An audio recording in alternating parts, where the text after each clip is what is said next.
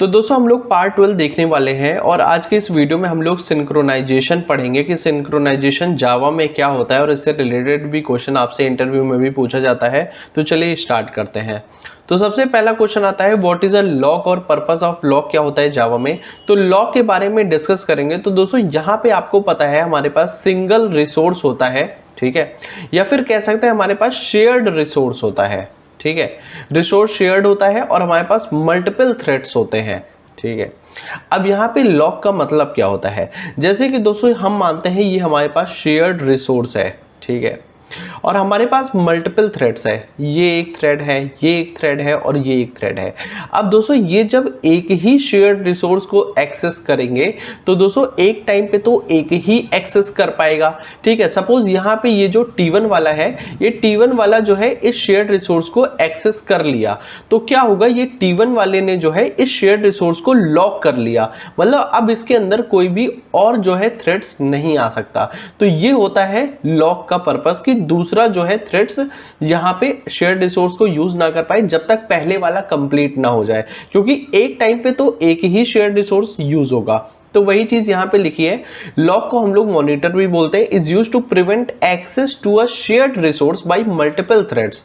A lock is associated to shared resources. Whenever a thread want to access a shared resource, if first must check acquire a lock. If already a lock has been acquired, अगर पहले से कोई thread उस shared resource को use कर रहा है तो इसे जो है वेट करना पड़ेगा, has to wait until another thread releases. जब तक पहला वाला थ्रेड रिलीज नहीं होगा तब तक दूसरा वाला एंटर नहीं कर सकता। तो आई होप आपको समझ में आ गया होगा। अब दोस्तों यहाँ पे क्वेश्चन है in how many ways we can do synchronization in Java. अब दोस्तों सिंक्रोनाइजेशन का मतलब ही यही होता है कि जो मल्टीपल थ्रेड्स हैं उन्हें कंट्रोल करना, कि मतलब एक टाइम पे एक ही थ्रेड उस शेयर्ड रिसोर्स को इस्तेमाल करेंगे। तो दो तरीका होता है दोस्तों यहाँ पे, एक बार सिंक्रोनाइज्ड मेथड्स होता है जैसे पब्लिक सिंक्रोनाइज्ड, वॉइड सिंक्रोनाइज्ड आपने मेथड लिखा है, और दूसरा हमारे पास होता है सिंक्रोनाइज्ड ब्लॉक होता है।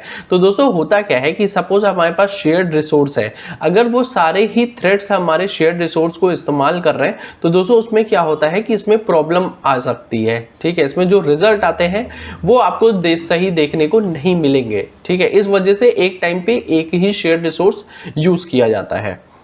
अब दोस्तों यहाँ पे 113 क्वेश्चन है व्हाट आर सिंक्रोनाइज्ड मेथड्स क्या होते हैं।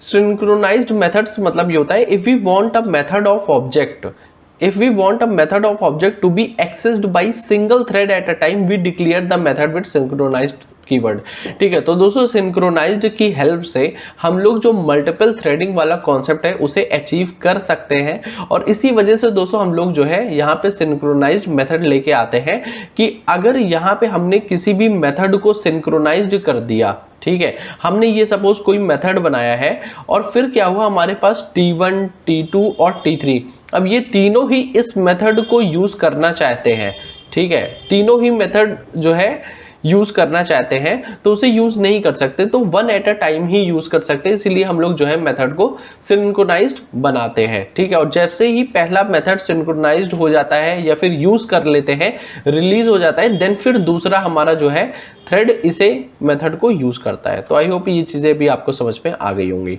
अब दोस्तों यहाँ पे 114 है when we do use synchronized method, कब यूज करते हैं synchronized method, if multiple threads try to access a method where method can manipulate the state of object, in such scenarios we can declare a method as synchronized. जब multiple thread जो है उस shared resource को use करने लगते हैं या फिर आप मेथड को यूज करने लगते हैं तो उस टाइम पे हम लोग क्या करते हैं, सिंक्रोनाइज्ड मेथड बनाने की कोशिश करते हैं, ठीक है।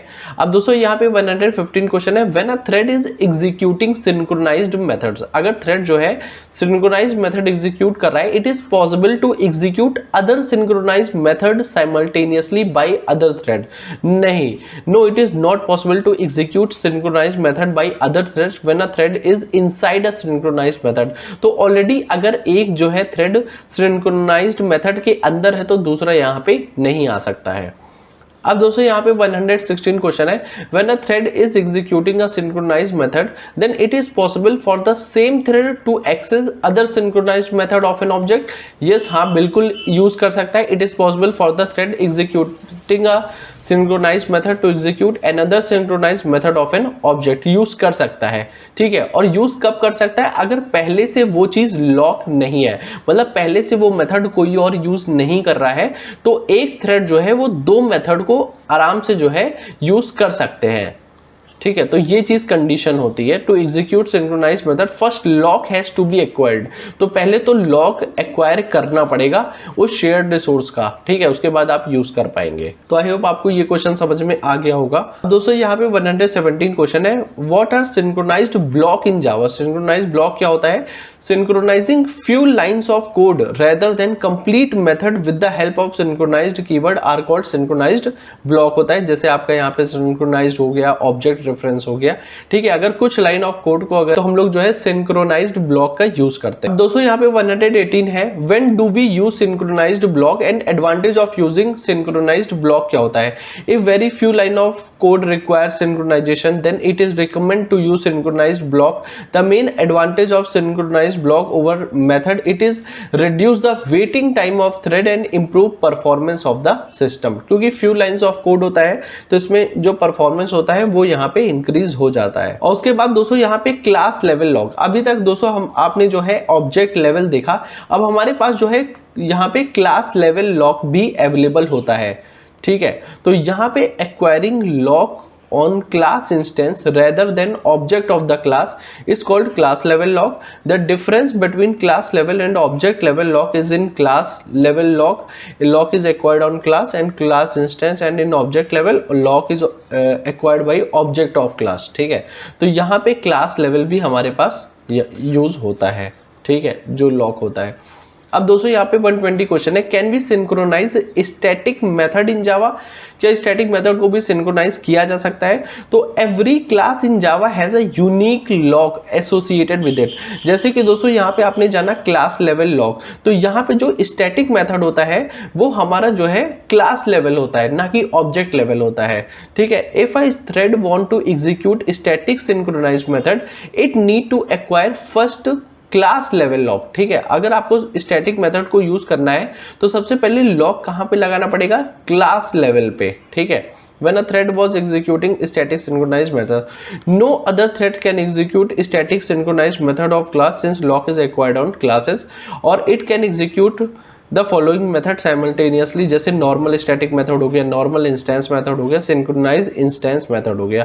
तो यहाँ पे सिंक्रोनाइज्ड हो गया क्लास नेम डॉट क्लास, ठीक है।